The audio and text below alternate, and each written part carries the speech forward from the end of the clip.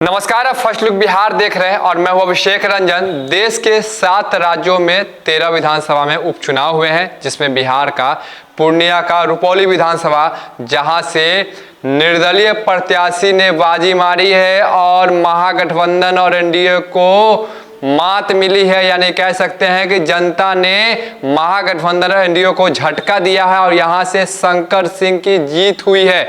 आपको बता दें कि रुपौली का जो विधानसभा है, यहां से जदयू ने प्रत्याशी बदले हैं, क्योंकि बता दें कि जो बीमा भारती जदयू की विधायक रही है, वो अपने लोकसभा चुनाव लड़ने के लिए बीते दिन जब बिहार में जो है सरकार बनाने का दावा पेश हो रहा था, उसी दौरान जो बीमा भारती है वो जदयू का दामन छोड़ राजद का दामन थाम ली थी और लोकसभा चुनाव भी बीमा भारती ने लड़ी, लेकिन वहां पर भी वो तीसरे नंबर पर रही, उनको हार का सामना करना पड़ा और विधानसभा चुनाव में भी बीमा भारती को हार का सामना करना पड़ा है। वहां पर भी वो तीसरे नंबर पर रही है। तो कह सकते हैं कि राजद को तो झटका लगा है, इसके साथ साथ जो बीमा भारती जो सिटिंग विधायक थी उनको झटका लगा है। जनता ने उनको नकार दिया है। यानी कि जिस प्रकार से उम्मीद लगाई जा रही थी कि रुपौली में कांटे की टक्कर होगी और राजद और जदयू में भिड़ंत होगी, लेकिन निर्दलीय प्रत्याशी शंकर सिंह, जो बाहुबली भी कहे जाते हैं, उन्होंने बाजी मार ली है।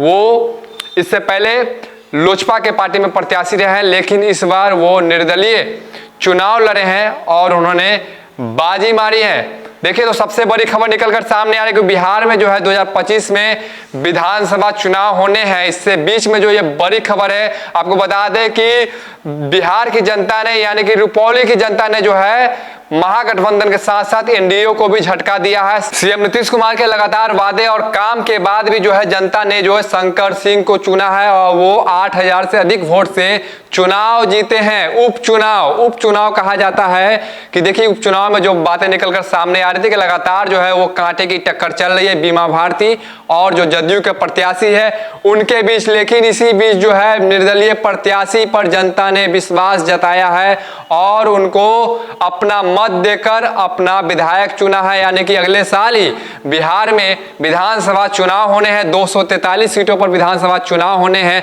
हालांकि बिहार में भी एनडीए की सरकार है, लेकिन जो राजनीति है वो अब गर्म हो गई है। जो प्रत्याशी है वो अब जीत गए हैं। ऐसे में अन्य प्रत्याशी भी जो है बिहार के विभिन्न विधानसभा क्षेत्र के जो प्रत्याशी हैं, सभी पार्टी की बात कर रहे हैं, उन सभी को भी अब डर सताने लगा है। उन सभी में वह भय का माहौल है कि क्या होगा आने वाले समय में, चुनाव में क्या होगा, क्या जनता हमें सपोर्ट करेगी। आपको बता दें कि रुपौली से जदयू के कलाधार मंडल थे, वो दूसरे नंबर पर रहे और यहाँ से बीमा भारती तीसरे नंबर पर रहे, उनको हार का सामना करना पड़ा है।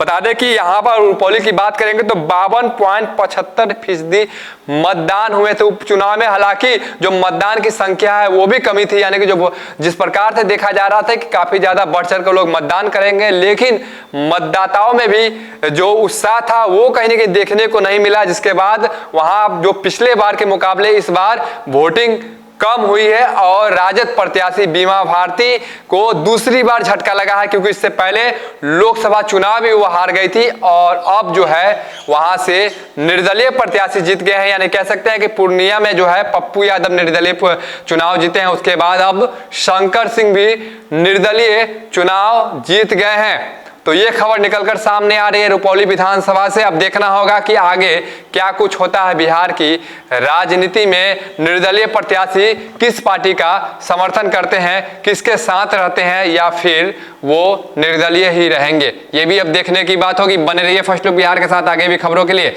तब तक के लिए नमस्कार।